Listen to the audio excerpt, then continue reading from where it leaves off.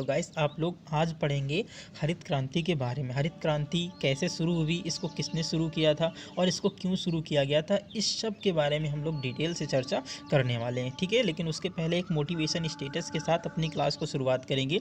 देखिए लिखा हुआ है, ज़िंदगी में सफलता पाने के लिए थोड़ा जोखिम उठाना पड़ता है। सीढ़ियाँ चढ़ते समय ऊपर जाने के लिए नीचे की सीढ़ी से पैर हटाना पड़ता है। जब भी आप अगर अपनी मंजिल की तरफ जा रहे हैं और बीच में कोई बाधाएं मिलती हैं, बाधाएं मिलेंगी ज़रूर, असफलताएं मिलेंगी ज़रूर, और अगर आप उन असफलताओं पे ही टिके गए रह गए तो फिर आप सफलता को पा नहीं सकते मेरे लालों। ठीक है, सफलता पाने के लिए आपको असफलताओं से दूर जाना पड़ेगा, असफलताओं को पीछे छोड़ना पड़ेगा। ठीक है, इसीलिए कह रहा है जब आप सीढ़ी चढ़ रहे होते हैं तो अगर आप पीछे वाली सीढ़ी से पैर नहीं हटाएंगे तो आगे वाली सीढ़ी पे कैसे जाएंगे। तो ज़िंदगी भी वैसे ही, असफलताओं को छोड़ो और सफलता की ओर आगे बढ़ो। ठीक है, तो इसी मोटिवेशन स्टेटस के साथ अब हम लोग अपनी क्लास को शुरुआत करेंगे। और गाइस अगर आपको क्लास पसंद आ जाए ना तो क्लास को लाइक ज़रूर करिएगा, और वीडियो आपको अगर अच्छा लगता है तो आप अपने फ्रेंड सर्कल में शेयर ज़रूर करिएगा। और अगर आप चैनल पर नए हैं तो चैनल को सब्सक्राइब कर लीजिए। चलते हैं अपनी क्लास की ओर। देखिए लिखा हुआ है हरित क्रांति। हरित क्रांति के बारे में सबसे पहले इसकी एक खासियत ये है कि इसको सबसे पहले विकासशील देशों में शुरू किया गया था। और इसका जो तात्पर्य है, इसको किस क्षेत्र में शुरू किया गया था, तो इसको कृषि क्षेत्र के लिए प्रयोग किया गया था। अब आप लोग समझ रहे होंगे कि हरित देखो, हाथ से हरित, और कृषि कैसी होती, कृषि भी हरित होती है ना। तो हरित क्रांति की शुरुआत जो है वो कृषि क्षेत्र के लिए की गई थी, और इसका सबसे पहले प्रयोग 1940 से 1960 के मध्य किया गया था। और कहाँ पर किया गया था, तो विकासशील देशों में। अब आप लोग पूछ रहे होंगे सर विकासशील देश कौन से होते हैं, तो विकासशील देश वो होते हैं जिन्होंने अपना डेवलपमेंट अभी किया नहीं है और डेवलपमेंट की ओर लगातार आगे बढ़ रहे हैं, वो विकासशील देश कहलाते हैं। यानी कि हम ऐसे कह सकते हैं कि वह देश विकासशील की श्रेणी में आएंगे जो लगातार अपने विकास की ओर आगे बढ़ रहे हैं। जैसे भारत एक विकासशील देश है, ब्राज़ील एक विकासशील देश है, चीन एक विकासशील देश है। ठीक है, लेकिन जापान की बात करेंगे तो जापान विकसित देश है, अमेरिका विकसित देश है, कनाडा विकसित देश है। ठीक है, तो ये फ्रांस विकसित देश है, ये सारे के सारे विकसित देश हैं, लेकिन भारत जो है वो विकासशील देशों की श्रेणी में आता है। अब इस समय कृषि के पारंपरिक तरीकों की बजाय आधुनिक तकनीकी और उपकरणों के प्रयोग पर बल दिया गया था। जैसे अभी आप देख लो, हमारे कानपुर में ऐसे ही होता है कि अभी बहुत सारे पुरानी तकनीकों का इस्तेमाल किया जाता है। पहले अगर हम लोग 20 साल पहले जाएंगे तो 20 साल पहले और पिछली तकनीकों का इस्तेमाल किया जाता था। जैसे बैल हो गया, बैल से खेती की जाती थी। अभी भी हालांकि बैल से खेती की जाती है, लेकिन ये पुरानी तकनीकें हैं। बैल से क्या होता है ना कि बैल जो होता है वो अंदर तक जो रोपाई नहीं कर पाता है। और अगर आप ट्रैक्टर की बात करेंगे, ट्रैक्टर वाले अच्छे से पहली बात तो जोतते नहीं हैं, और अगर वो अच्छे से जोतने लगे तो बहुत अंदर तक रोपाई हो सकती है उसकी। और जब अंदर तक रोपाई होगी तो उसकी उर्वरक क्षमता में क्या हो जाएगा, बदलाव होगा।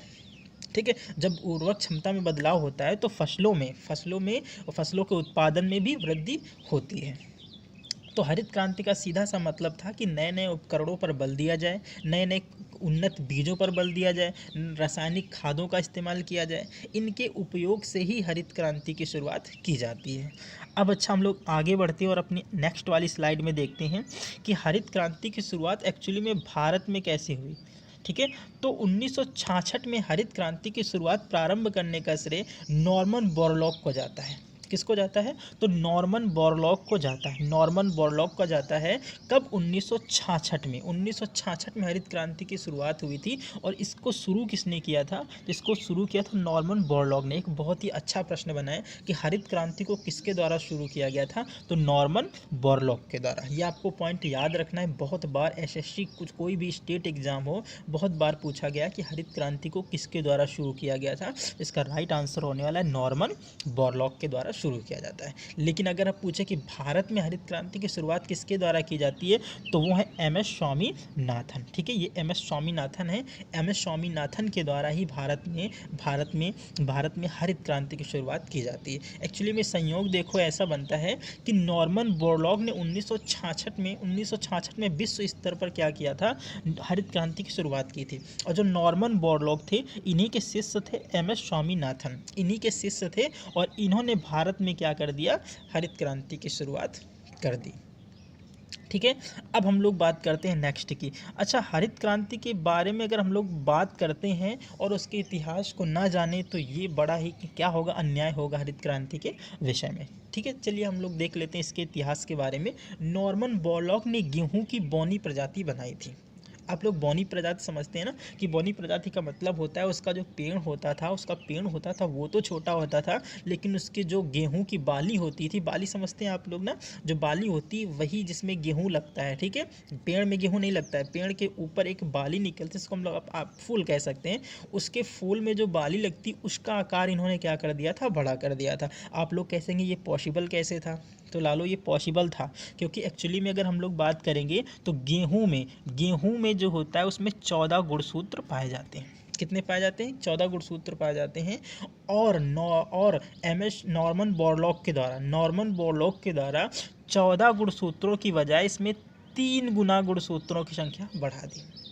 यानी कि पहले 14 गुणसूत्र गेहूं में पाए जाते थे और अब उसमें 3 गुना गुणसूत्रों की संख्या बढ़ा दी। अब आप लोग पूछेंगे गुणसूत्र बढ़ाए कैसे, तो एक रसायन था जिसका नाम था कालचीसीन रसायन। क्या नाम था, कालचीसीन रसायन। और इसके द्वारा गेहूं के गुणसूत्रों को 3 गुना तक बढ़ा दिया गया। यानी कि पहले 14 गुणसूत्र थे और अब कितने गुणसूत्र हो गए, अब 42 गुणसूत्र हो गए। जब 42 गुणसूत्र हो गए तो उन्होंने जब खेत में रोपाई की तो अब की बार पेड़ जो था बहुत छोटा था, लेकिन उसकी बाली का आकार बहुत बढ़ गया था। जब उसकी बाली का आकार बढ़ गया तो इन्होंने देखा कि जब बाली का आकार बढ़ गया है तो फसल के उत्पादन में बहुत तेज़ी से अधिकता आई। और ये जो है ये मुख्य रूप से गेहूं और चावल के लिए किया गया था। किसके लिए, गेहूं और चावल के लिए मुख्य रूप से हरित क्रांति को अपनाया गया था। तो एक्चुअली में आपसे अगर पूछ ले कि गेहूं में सामान्यतः कितने गुणसूत्र पाए जाते हैं तो आप लोग बताओगे 14, लेकिन कालचीसीन रसायन का प्रयोग करके उसके गुणसूत्रों की संख्या कितनी कर दी गई थी, तो 42 कर दी गई थी। और जब 42 कर दी गई तो गेहूं की बौनी प्रजाति बनी। और जब गेहूं की बौनी प्रजाति बनी तो उसका जो फल था, उसकी जो बाली थी, उसका आकार बढ़ गया। ठीक है। अच्छा, इतिहास की तो बात हम लोगों ने कर ली, अब हम लोग चलते हैं आगे। अच्छा, परिणाम स्वरूप हुआ क्या कि गेहूं का जो पौधा था वो तो बहुत छोटा हो गया, लेकिन गेहूं में लगने वाली बाली का आकार बहुत बड़ा हो गया। पहले पौधे तो बड़े होते थे, लेकिन उन पर लगने वाली बाली छोटी होती थी, जिससे गेहूं का उत्पादन कम होता था। तुम खुद सोचो लालो कि अगर गेहूं का पौधा बड़ा हो जाएगा और उसमें बाली छोटी हो जाए तो ऐसे पौधे का क्या फ़ायदा जो बड़ा ही है। जैसे वो नहीं कहते हैं कि बड़ा हुआ सो क्या हुआ, जैसे पेड़ खजूर है ना। तो ऐसा क्या फ़ायदा कि अगर पेड़ बड़ा हो जाए और उसकी बाली कम हो जाए तो उत्पादन में तो वैसे भी कमी हो जाएगी, लेकिन अगर वही बाली बड़ी हो जाए और उसका फल छोटा हो जाए तो उत्पादन में वृद्धि हो जाएगी लालो। और जब उत्पादन में वृद्धि हो जाएगी तो क्या होगा, पेड़ सही मायने में क्या हो जाएगा, सही मायने में सटीक हो जाएगा। उसको बढ़ने की क्या ज़रूरत है जब वो फल उतने ही में बहुत ज़्यादा दे रहे हैं। ठीक है, तो परिणाम ये हुआ कि गेहूं का जो पौधा था वो बहुत छोटा हो गया, लेकिन उस पर लगने वाली बाली का आकार बहुत बड़ा हो गया। और परिणाम ये हुआ कि इससे गेहूं के उत्पादन में क्या हो गई, वृद्धि हो गई। ठीक है, तो अब चलते हैं हम लोग आगे बात करते हैं। नॉर्मन बोरलॉग के नाम से नॉर्मन बोरलॉग पुरस्कार विश्व स्तर पर प्रदान किए जाते हैं। क्या कह रहे हैं, नॉर्मन बोरलॉग के नाम से ही विश्व स्तर पर नॉर्मन बोरलॉग पुरस्कार वितरित किए जाते हैं। नॉर्मन बोरलॉग का पहला जो पुरस्कार है वो भी एमएस स्वामीनाथन को दिया गया। लालो, ये वही एमएस स्वामीनाथन हैं जिन्होंने भारत में हरित क्रांति की शुरुआत की थी। और ये कौन थे, तो ये नॉर्मन बोरलॉग के शिष्य थे। अब जब नॉर्मन बोरलॉग के नाम से विश्व स्तर पर नॉर्मन बोरलॉग पुरस्कार दिया गया तो उसका पहला हकदार कौन बना, एमएस स्वामीनाथन। ठीक है, जो कौन थे, जो नॉर्मन बोरलॉग के शिष्य थे। हरित क्रांति से अभिप्राय देश के सिंचित एवं असिंचित कृषि क्षेत्रों में अधिक उपज देने वाले संकर तथा बौने बीजों के प्रयोग से फसल के उत्पादन में वृद्धि करना था। अभी मैंने आपको बताया था हरित क्रांति का सीधा सा मतलब था कृषि से। और कृषि में कहाँ से, तो सिंचित व असिंचित भाग में उपज देने वाले संकर एवं बौने बीजों के प्रयोग से फसल में उत्पादन में वृद्धि करना था। ठीक है, तो हरित क्रांति का और कोई मतलब नहीं था, सीधा सा मतलब ये था कि उसकी फसल है उसके उत्पादन में वृद्धि कर दिया जाए। और इसका वृद्धि का कब संभव थी, रासायनिक खादों का इस्तेमाल किया जाए, नए नए उन्नत तकनीकों का इस्तेमाल किया जाए। ठीक है, सिंचाई की प्रॉपर व्यवस्था होनी चाहिए, कैसे कैसे बीज लाने उनको, है। तो ये क्या था, यही हरित क्रांति था। हरित क्रांति कोई जादू नहीं थी, इसको भारत के वैज्ञानिकों और विश्व के वैज्ञानिकों को द्वारा ही डेवलप किया गया। हरित क्रांति का मुख्य फोकस जो था वो गेहूं और चावल की फसलों पर था। मैंने आपको बताया कि हरित क्रांति जो है वो केवल व केवल गेहूं और चावल के लिए लाई गई थी और इन्हीं दो फसलों में ये सफल भी हुई। हरित क्रांति के बाद गेहूं और चावल के उत्पादन में कई गुना वृद्धि हुई और इसी हरित क्रांति की वजह से भारत खाद्यान्न में आत्मनिर्भर बन पाया और आज हम आत्मनिर्भर ही नहीं परंतु निर्यातक भी हैं। ठीक है, अपना जो गेहूं और चावल है उसका निर्यात भी करते हैं हम लोग। हरित क्रांति देश में कृषि उत्पादन को बढ़ाने के लिए लागू की गई थी, जिसके तहत अनाज उगाने के लिए प्रयुक्त पारंपरिक बीजों के स्थान पर उन्नत किस्म के बीजों का प्रयोग किया जाता है। अच्छा, आगे हम लोग देख लेते हैं।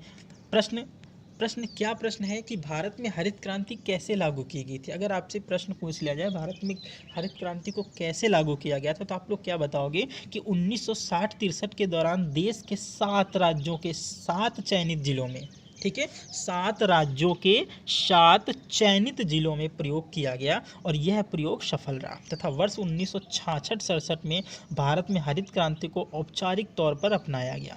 देखना 1960 में 1960 से 63 के बीच के दौरान में क्या किया गया, भारत के 7 राज्यों के 7 जिलों में क्या किया, इसका प्रयोग किया गया और ये प्रयोग जो थे वो सफल रहे। तब जाके भारत 1966 से 1967 के बीच में हरित क्रांति को औपचारिक रूप से अपना लेता है। हरित क्रांति की उपलब्धियों को कृषि में तकनीकी एवं संस्थागत परिवर्तन एवं उत्पादन में हुए सुधार के रूप में निम्नानुसार देखा जा सकता है। अच्छा, कैसे कैसे सुधार किए गए थे उनके बारे में हम लोग बात कर लेते हैं यहाँ पे, तो ज़्यादा बेटर रहेगा। सबसे पहले इसमें क्या किया गया, तकनीकी में कृषि एवं संस्थागत सुधार कैसे किए गए, उसमें सबसे पहला सुधार जो था वो रासायनिक उर्वरकों के प्रयोग में वृद्धि की गई। और जहाँ तक मैं समझता हूँ कि अगर रासायनिक उर्वरक हैं उनका ज़्यादा समय तक अगर आप उपयोग कर रहे हैं तो कृषि की योग्य भूमि है उसके बंजर होने के भी बहुत ज़्यादा कयास लगाए जा रहे हैं, जहाँ तक मेरी समझ है, क्योंकि मैं भी एक किसान परिवार से आता हूँ और मेरे घर में भी किसानी होती है। तो अगर रासायनिक खादों का इस्तेमाल हम लोग ज़्यादा दिन तक करते रहेंगे तो एक टाइम ऐसा आएगा जब वो भूमि है वो उर्वरक क्षमता को खो देगी। तो हम लोगों को रासायनिक खादों का उपयोग कम से कम करना है और घरेलू खादें ज़्यादा इस्तेमाल करना, जैसे मुर्गी की पाँच हो गई और भैंस या फिर भैंस और जानवरों की खाद हो गई, या फिर ऐसे बोल सकते हैं उसको समय समय पर हम लोगों को 1 वर्ष के अंतराल में उसको डालना चाहिए। ठीक है, और जहाँ तक हो सकता है रासायनिक उर्वरकों का प्रयोग हमें कम करना चाहिए। उन्नत तथा नई किस्मों के बीजों के प्रयोग में वृद्धि होगी। बीज तो ठीक है, बीज तो आप लगाइए, लेकिन खाद के इस्तेमाल से हमें थोड़ा सा सावधान रहना चाहिए, क्योंकि अभी तो हम ज़्यादा उत्पादन कर लेंगे लेकिन आगे वाले समय में जब हमारी भूमि बंजर हो जाएगी तो फिर हम कहाँ जाएंगे, क्योंकि हमारी वैसी भूमि तो है नहीं। मान लो कि नदियाँ आती हैं और बाढ़ के द्वारा हर वर्ष वहाँ की मिट्टी क्या कर दी, बदलाव कर देती हैं। हमारे इधर तो कम से कम नदियाँ आती ही नहीं है, जैसी भूमि थी वैसे ही है। ठीक है, तो नदियों के द्वारा अगर आपका खेत जो है वो नदी के किनारे है और ऐसा होता है कि प्रत्येक वर्ष बाढ़ के द्वारा वहाँ पर जो आपकी भूमि है वो भूमि में पानी भर जाता है, तो उसके लिए कुछ भी ऐसा बोल सकते हैं, उसके लिए कुछ भी नुकसान नहीं है। आप रासायनिक उर्वरकों का प्रयोग कर सकते हैं, लेकिन अगर आपकी खेती है उसमें बाढ़ या फिर पानी उसमें भर के उसकी मिट्टी बदलने वाली नहीं है तो आप वहाँ पर रासायनिक उर्वरकों का प्रयोग में कमी कर सकते हैं। आप सिंचाई सुविधाओं को तेज़ी से विस्तार किया जाना चाहिए। अगर आप गेहूं को 4 पानी की ज़रूरत है, अगर आप उसमें 2 ही पानी लगाते हैं तो फिर तो फसल के उत्पादन में कमी आएगी। और आप पूछेंगे हमने तो हरित क्रांति के जितने भी नियम थे हमने उनको पालन किया, फिर भी हमारी कृषि के उत्पादन में वृद्धि नहीं हुई, तो लालो ये बात गलत हो जाएगी बिल्कुल। अगर गेहूँ को 4 पानी चाहिए तो आप उसको 4 पानी समय समय पर देने की कोशिश करें। एक्चुअली में गेहूँ जो है वो 4 से 5 पानी की आवश्यकता मांगता है, और आजकल जो नई उन्नत तकनीकों से बीज बनाए जाते हैं उनको 5 पानी से कम पानी आप दे नहीं सकते हैं। अगर 5 पानी या फिर 3 पानी आप उनको दे दें तो उसके जो बीज है उसमें कमज़ोर हो जाएगा।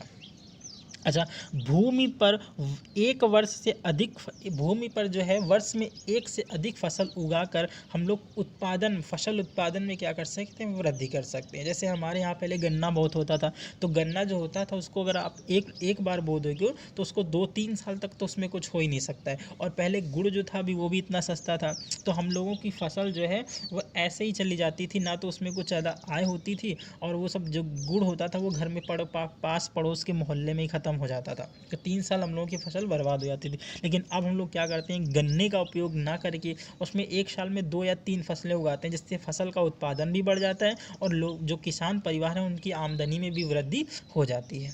अच्छा, इसके बाद 5वां पॉइंट हम लोग देख लेते हैं कि आधुनिक कृषि यंत्रों का प्रयोग किया गया। आधुनिक कृषि यंत्रों का वही ट्रैक्टर हो गया, ट्रैक्टर्स के द्वारा कल्टीवेटर हो गया, हैरो हो गया, और जितने इतने एक वो भी रोटावीटर भी आया है, उसको भी ऐसे हम जान सकते हैं। ठीक है, तो ये आधुनिक कृषि यंत्र हैं। कृषि सेवा केंद्रों की स्थापना की गई, इसमें कृषकों को व्यावसायिक क्षमता के विकास करने में उद्देश्य से उसका विकास किया गया। यानी कि कृषि सेवा केंद्रों की स्थापना की गई, जिसमें कृषकों में व्यावसायिक क्षमता को विकसित करना इसका उद्देश्य रखा गया।